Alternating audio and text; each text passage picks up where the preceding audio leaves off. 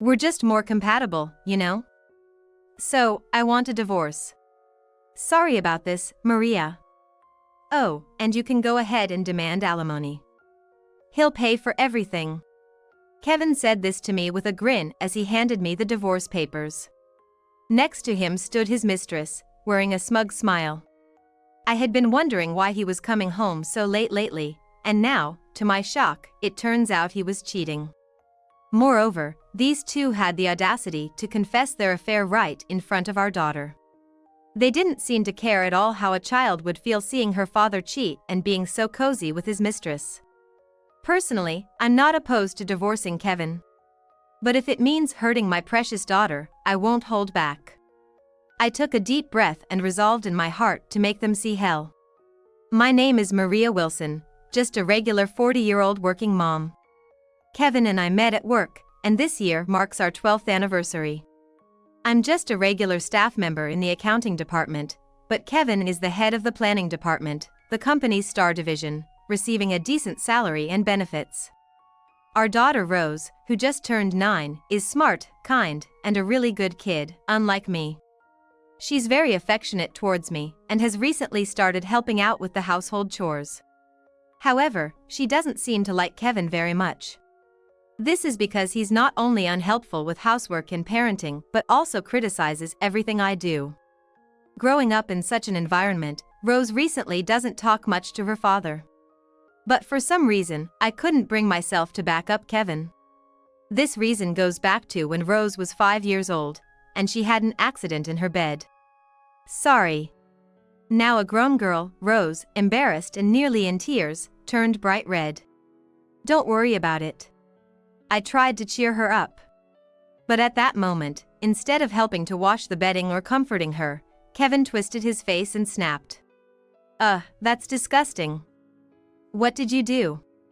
Seeing her father's reaction, Rose looked utterly heartbroken.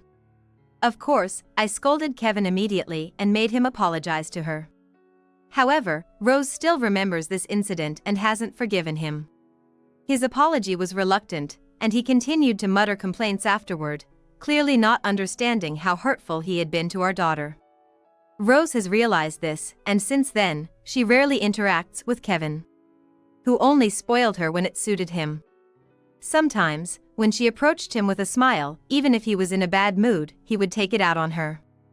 It was entirely his own fault, but he seemed convinced that I had turned our daughter against him. You're the reason Rose hates me. Is it that fun to exclude me? When he was in a bad mood, it wasn't unusual for him to yell at me like this.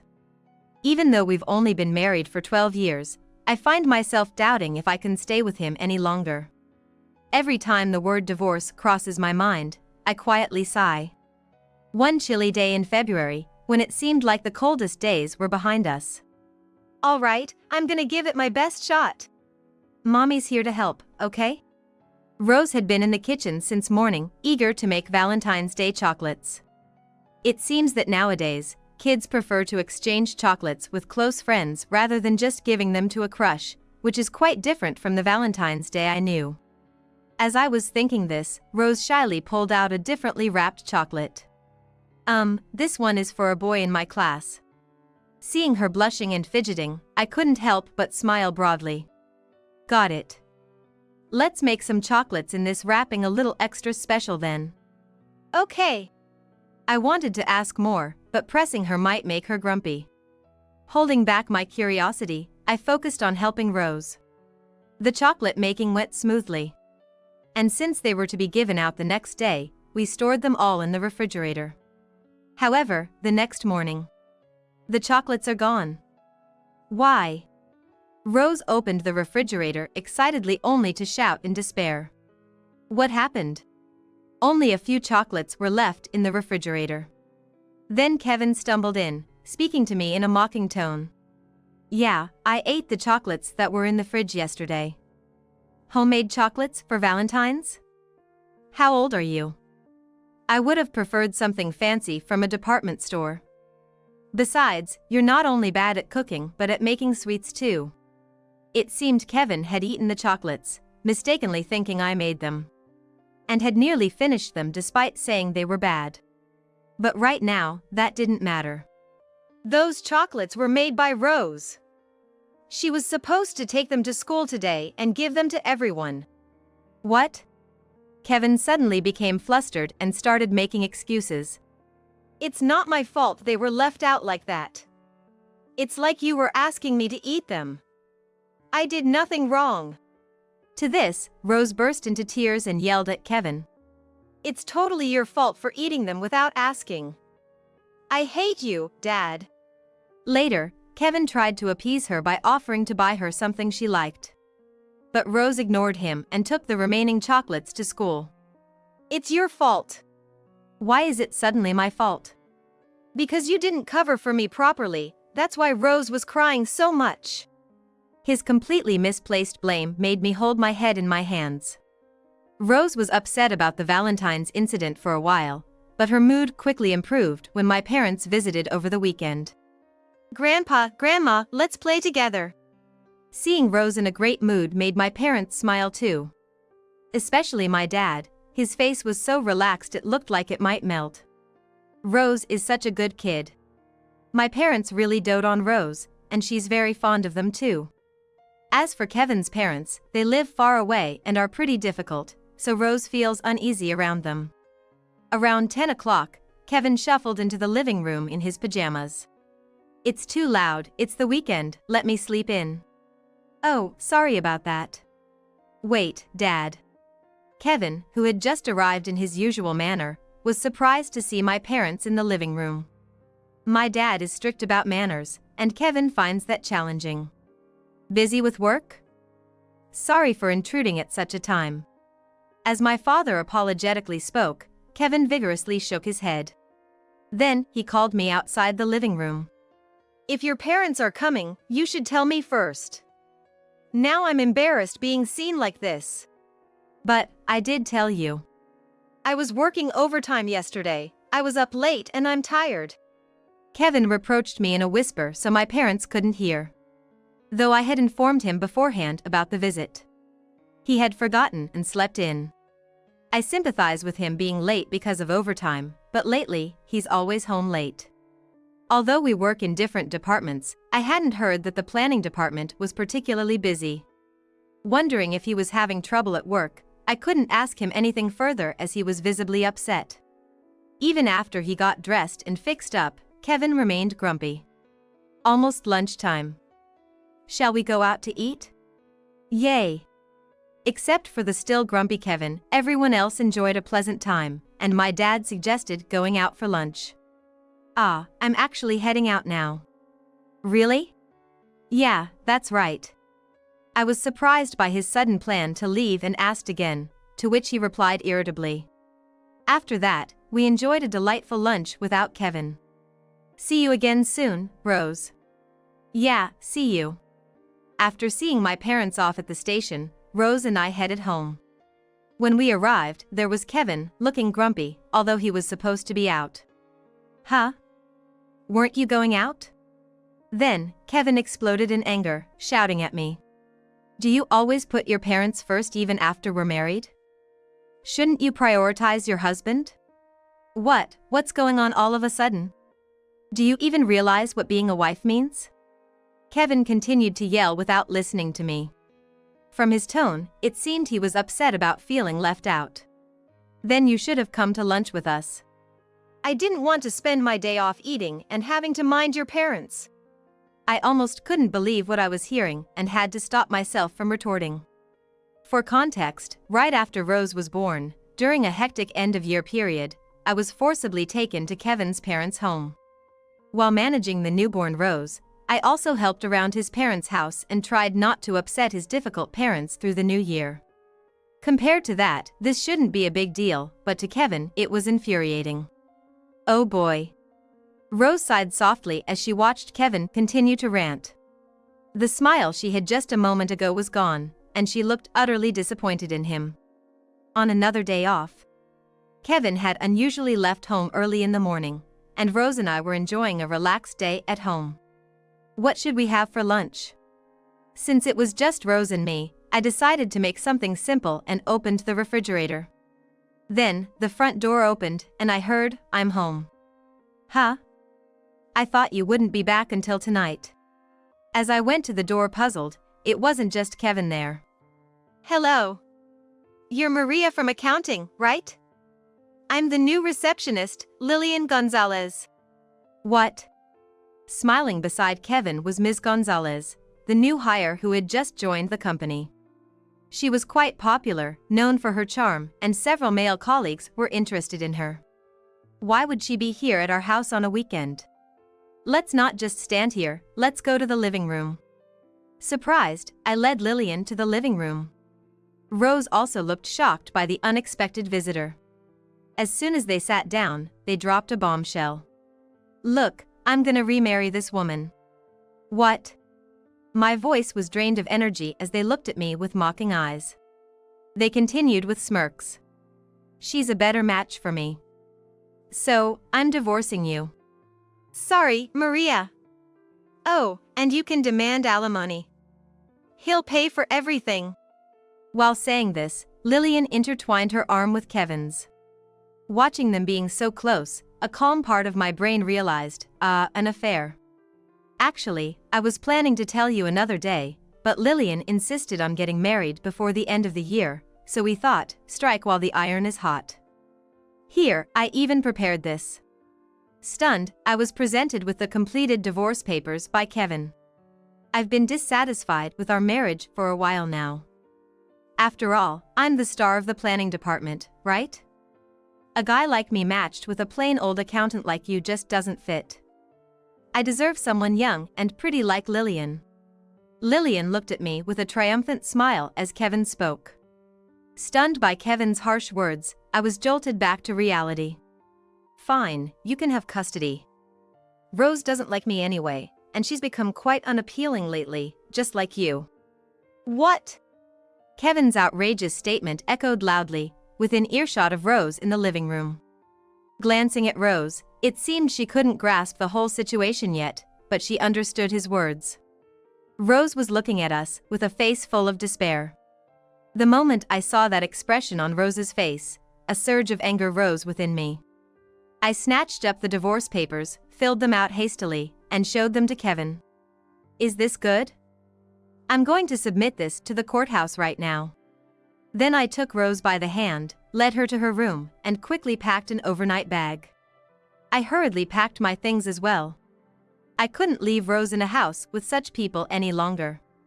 Quickly packing only the essentials, I decided to head to my parents' house to sort out my thoughts amidst the turmoil. Kevin and Lillian watched us with disdainful smiles as we left quickly. The next day, I kept Rose home from school and left her with my parents, then I went to submit my resignation at work. The thought of working at the same place as those two made me nauseous. Thank you for everything. The accounting department was thrown into disarray by my sudden resignation. I thanked the team, asking them to keep my reasons confidential, and quietly shared my situation with them. The team members, hearing my story, looked pale and were visibly shaken. After submitting my resignation, I left work early and headed to the house I shared with Kevin, along with my parents and Rose. We all worked together to move our belongings to my parents' home. Since there weren't many items, it only took a few hours to pack everything. I wondered how Kevin would react upon returning to an empty home. Well, that's fine. And with that, we left the house we had lived in for many years. A week later, I was still working at the same place as Kevin.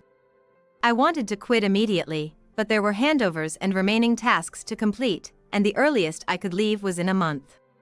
I tried my best to avoid Kevin and Lillian while continuing to work discreetly.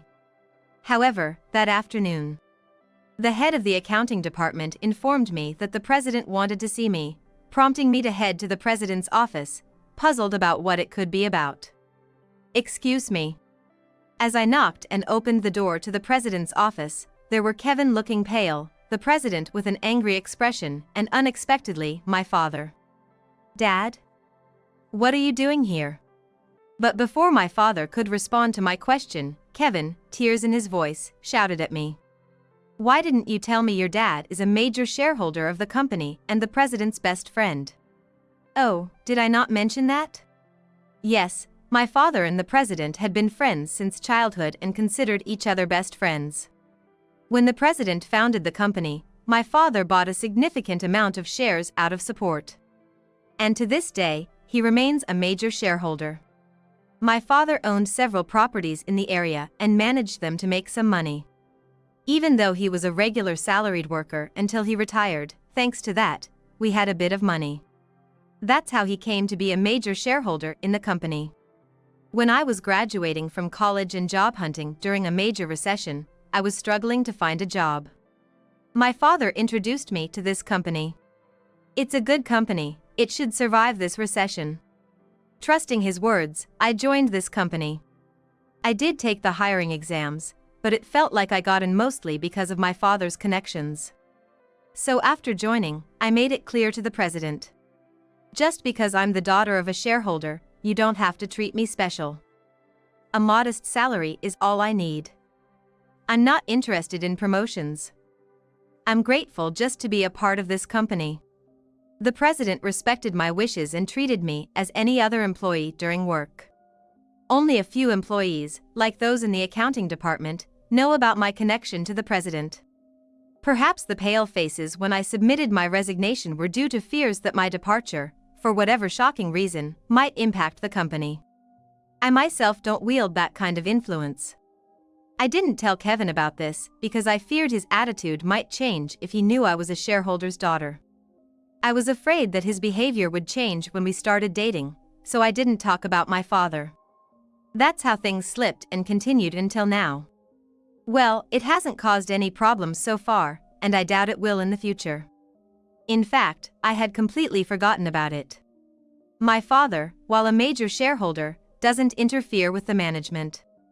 Since he never attends shareholders' meetings, he is somewhat overshadowed for a major shareholder.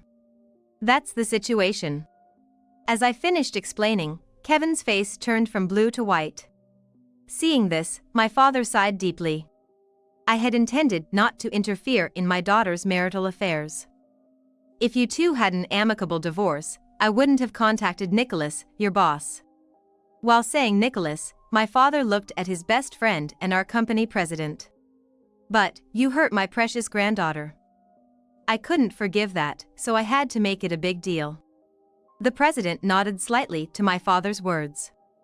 It's not that I didn't believe my friend, but the situation was so unbelievable by any standard.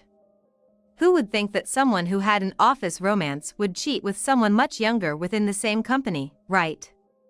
So, we conducted an internal investigation, and unfortunately, it turned out that your affair was real. The president sighed, looking exasperated at Kevin. There was a different look in his eyes. My father also glared coldly at Kevin. It would be unfair to let this fool off without any consequences. Exactly. The two friends nodded in agreement. Then the president said decisively to Kevin, "You're fired, Mr. Wilson." Kevin, shocked, quickly retorted, "Wait a minute. Why am I being fired? Because I cheated and disrupted office discipline? Firing me for that would tarnish your company's image." Kevin certainly had no place to claim such triviality.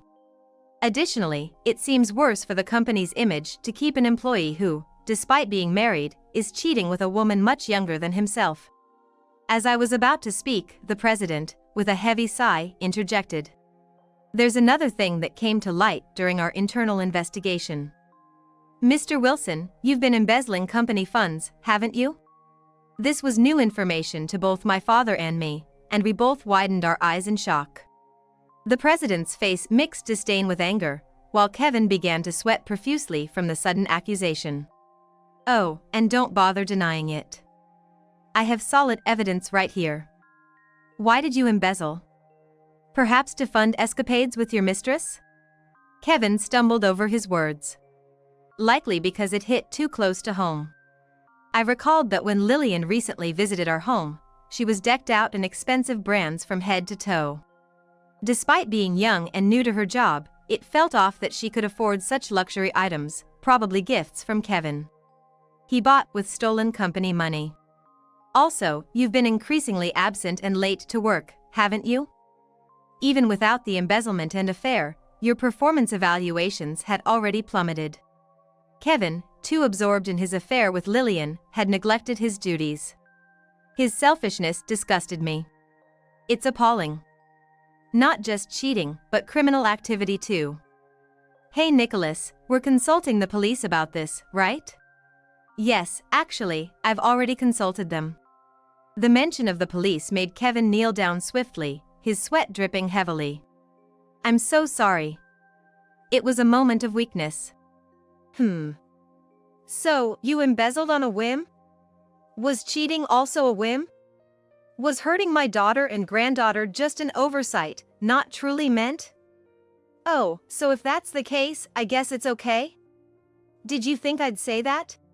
My father's voice was tinged with irrepressible anger. Kevin trembled as he looked up at my father, who had an expression I'd never seen before. It's not my fault. It's because Maria, your daughter, stopped paying attention to me, and I felt lonely. Even now, Kevin was trying to justify his actions, claiming he wasn't at fault.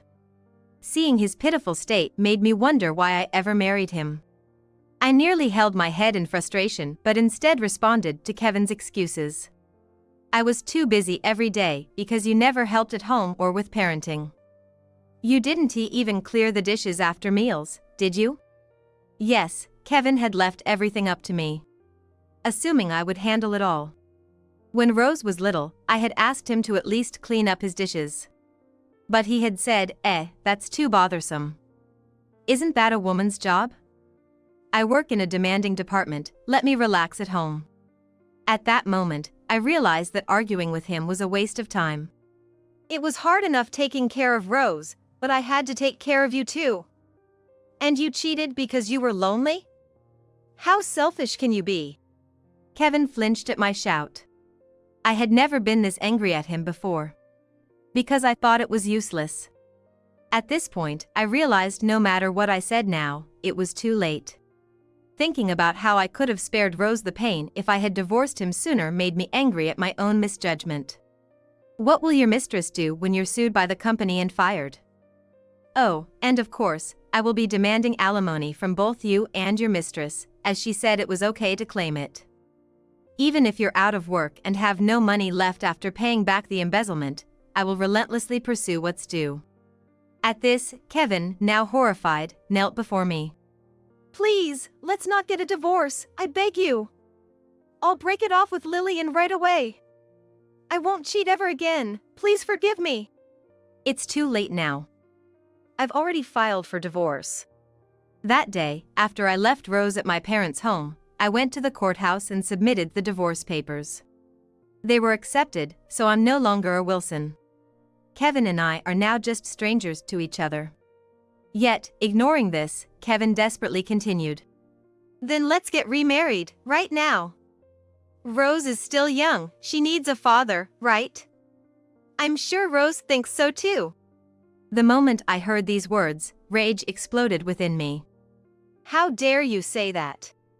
Unable to hold back my anger, I slammed my fist on the table. The loud bang made my father and Nicholas look at me in shock.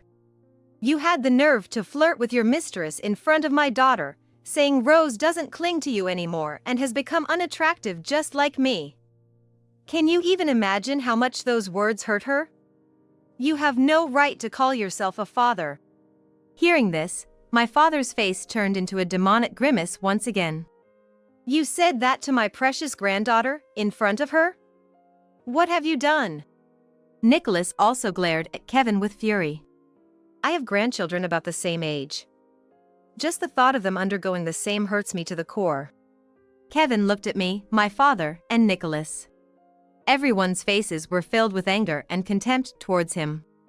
There was no one on Kevin's side here. It's not true. I did nothing wrong. Be quiet. Ah. At my shout, Kevin let out a pathetic cry. All you need to do is stay silent and atone for your sins. Don't ever claim to be Rose's father again. If you try to interfere with Rose's life in any way, I'll use whatever means necessary to remove you from her life. My resolve seemed to have gotten through to him as Kevin's face fell into despair. Realizing he had lost his position, his money, and his family, Kevin collapsed. I delivered the final blow. You were going on about how Rose needs a father, right? She told me she hates you. When I told her we were divorced and you were out of her life, she was absolutely delighted. So that's it. Rose doesn't need a father. Not a worthless one like you. She doesn't need someone like you in her life. Kevin started sobbing uncontrollably as I informed him he was thoroughly disliked by his own daughter. But this was all Kevin's own doing. You don't even have the right to be hurt. Kevin listened to my words, head bowed, powerless. Afterward, Nicholas immediately terminated Kevin's employment. The news that Kevin had been embezzling, his affair with the receptionist, and my connection to Nicholas had apparently leaked. I remember once arrogantly telling Maria in accounting to fix an invoice I messed up because it was too much trouble for me. I've snapped at Maria before when she pointed out a mistake in my work. At first glance, I'm just a normal female employee. I'm not flashy, rather plain, and I usually can't talk back when spoken to harshly. Maybe that's why there are quite a few employees who take a condescending attitude towards me. It seems that those employees who were aware of my real identity turned pale and trembled when they found out. Well, I'm quitting the company anyway, and I'm not planning to do anything about them now. I just hope this teaches them not to look down on others. As for the embezzlement with Kevin, it turns out Lillian was also involved. She was soon fired as well. The president had already consulted with the police about Lillian's case. After this incident was revealed, Lillian was kicked out of her parents' home where she had been living. Due to her extravagant spending, she had hardly any savings and reportedly borrowed money from a shady lender to cover her immediate living expenses. Lillian tried to seek help from her colleagues, but no one at the company wanted to assist a criminal. Left without support, Lillian found herself in a desperate situation. Eventually, both she and Kevin were arrested by the police. The local news briefly covered their arrest, but it was quickly overshadowed by other stories and faded from public memory. Before being arrested, Kevin called me. Please, let's start over. I've realized my mistakes and changed my heart. I swear I won't do anything so foolish again. I had already blocked his number after filing for divorce and requesting alimony. However, he went out of his way to contact me from a different phone. You've truly repented? April Fool's Day has long passed. I can't trust anything a vile person like you says. Then, what can I do to make you believe me? Kevin sounded somewhat irate on the other end. In my mind, I vaguely thought that people don't change that easily. Then, someone snatched the phone from me. Rose? Rose approached the phone expressionlessly and spoke. Hello, Dad, it's been a while. Rose! Kevin's voice lit up with joy. Although he had previously said she was no longer cute. However, contrasting with his cheerful tone, Rose replied coldly. Don't ever call Mom again. What? Don't you get it? Both Mom and I hate you. I'm really glad she divorced you. Since you left, I've been having so much fun every day. What Rose said was true. Since moving to live with my parents after the divorce, she smiles more often. I finally understood how stressful living with Kevin had been for her. I still regret not divorcing him sooner. I don't want to see your face or hear your voice.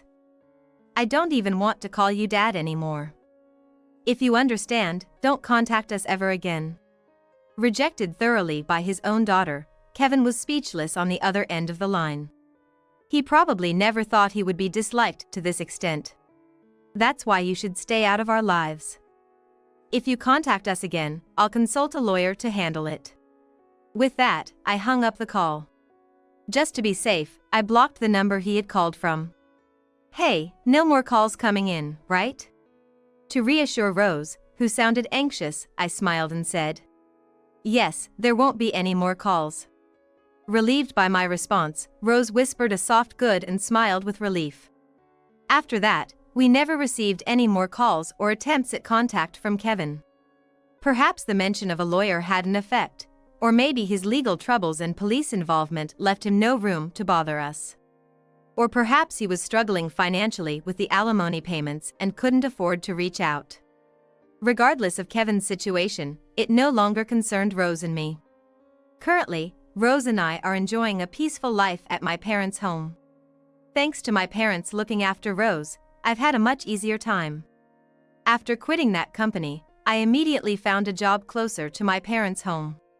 My years of accumulated experience in accounting helped me secure a full-time position. However, I can't rely on my parents' care forever. I'm thinking it's about time we found our own place to live, just Rose and me. Since my father is also in real estate, I mentioned this planning to consult him, but he responded anxiously. What are you talking about? I want you and Rose to live here permanently. Your mother and I want to be with Rose all the time. If there's anything you're unhappy about, we'll fix it, but please don't talk about moving out.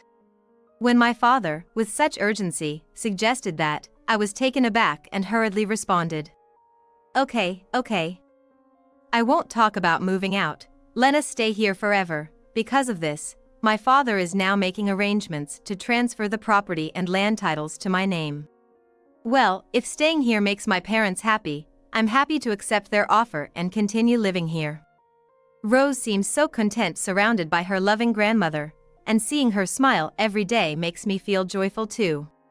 Despite everything we've been through, I don't regret the choices I've made. I will do anything to keep seeing Rose's smile.